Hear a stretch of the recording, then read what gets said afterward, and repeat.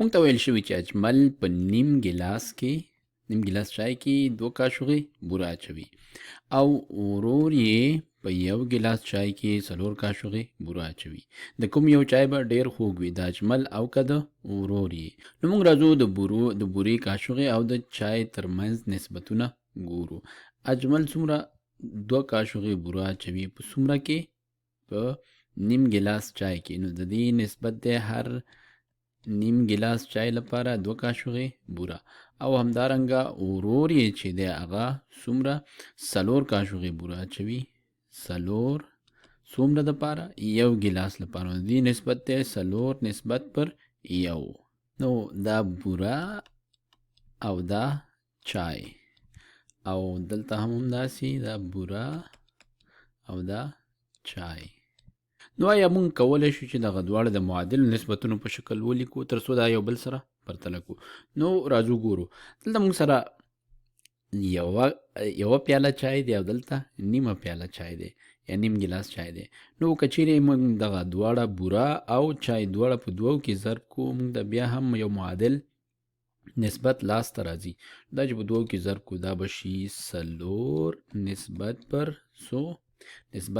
1. دا په 2 کې ضرب شو، دی نه 1 جوړ شو. نو ګورو چې دا هماغه 4 نسبت 1 دلته هم دی او 4 نسبت 1 دلته هم دی. معنا دا چې دوی دواړو نسبت د بورې او د چای سره څنګه دی؟ مساوي دی. نو معنا دا چې د دواړو چای به یو ډول خوږ وي. دلته لیکو چې یو ډول خوږ دی. دې مثال کې وایي جمیل 4 قوطۍ شین رنګ او 3 قوطۍ سور رنګ سره ګډوي ترڅو بانجاني رنګ په لاس راوړي.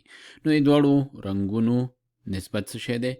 نسبت یې دی دلته 4 شین رنګ او سور رنګ نسبت داسې لیکو چې 4 شین رنګ دی او نسبت په سور رنګ چې هغه 3 دی. بیا وایي چې لاندې د رنګونو کومه ګډوله به همدا پورتنی بانجاني رنګ جوړ کړي. نو دلته راځو.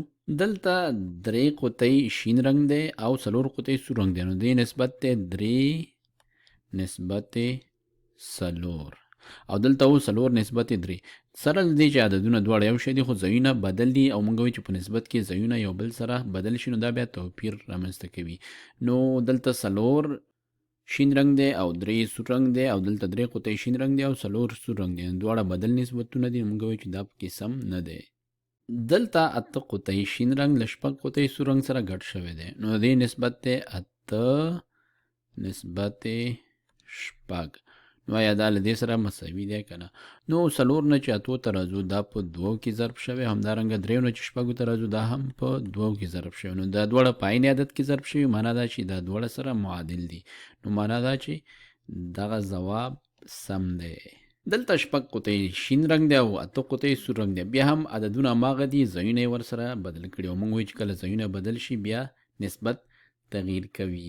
نو دا به وي 6 نسبت 8، کوم چې د همدې اولني ځواب په شکل موږ وایو چې دا هم سم نه دی، نو دا هم خط کوو.